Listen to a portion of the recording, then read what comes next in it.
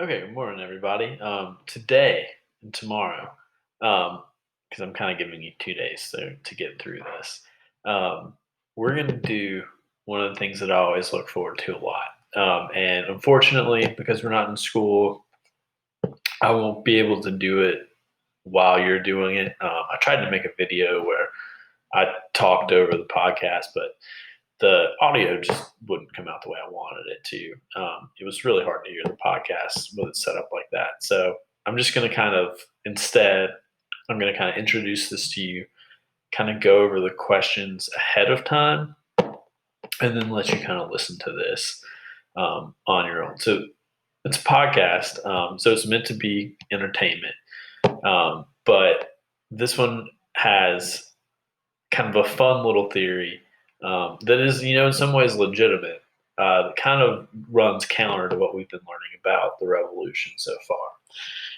So the idea here is that the argument this person is going to put forward to you is the revolution um, was not radical, and he's going to look at the Boston Tea Party and kind of argue to you that these people were not out to change the ideals of a country and change people's way of life. It wasn't based on principles. That it was that it. I won't spoil it, but essentially that it was something else. They weren't doing it because they had their principles were being challenged or anything like that. That it was something a little more common than that. So as you go through it, just a couple of things I'm going to point out before I look at the questions.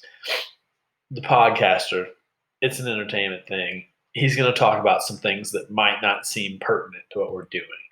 There are going to be some scenes where he talks about just tea kind of flippantly with another guy.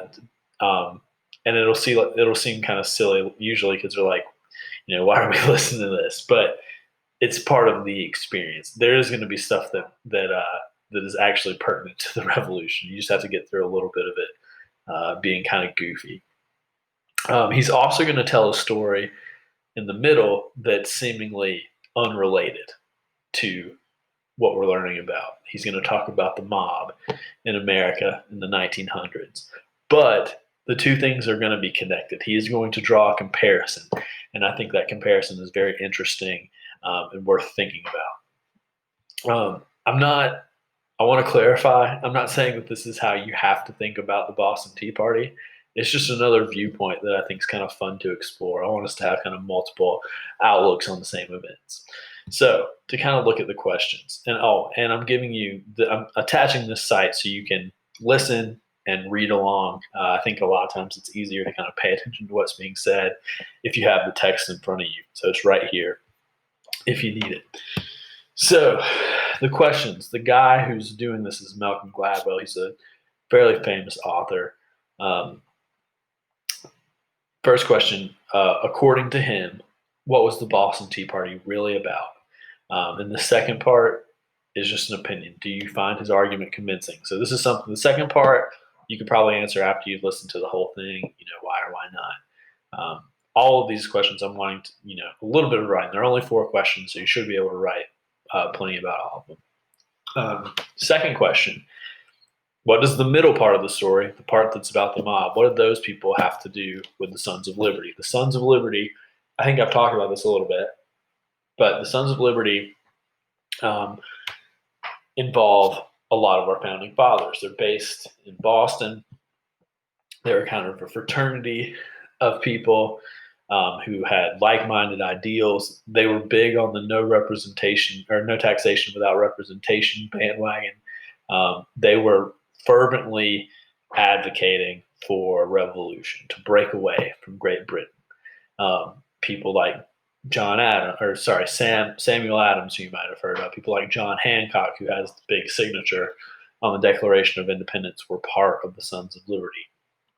But this person is going to be comparing these people that we normally see as, heroes with people that are typically seen as villains, like mobsters.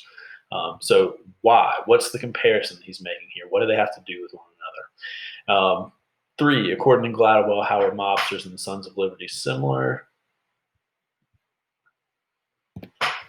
This is kind of an extension of the last question. So here, two, you can kind of draw the comparison, see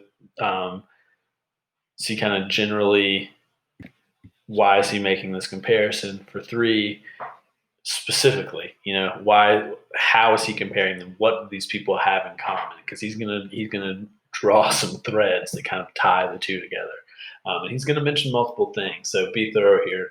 Try to find all of them. And then for the last one, this is kind of summarizing the whole thing. It's telling me what you think after you've heard it. So given what you already know, what you've heard from this podcast, would you say the American Revolution is radical? And by radical, I mean like it was something that was changing society. Like we were upset with how the country was being run, and we totally shifted our society based on kind of Enlightenment ideals went in an entirely different direction. We decided to have a revolution because we wanted to do this. So was it radical? Was it all about changing our government and changing our society? Or was it maybe not that bold? Was it really about something else? So essentially, I'm asking here, do you agree with the podcaster, or do you agree with what you've seen when we've looked at the Enlightenment? And given on this, I know you don't have all of the information. We're going to look at a lot more next week when we write at length about this. We're going to look at a lot more evidence. I'm just kind of going off based on what you know now. What do you think? I'm sure many of you's opinions might change when we look into the actual primary sources next week. So anyway, if you have questions, let me know. Otherwise, enjoy the podcast.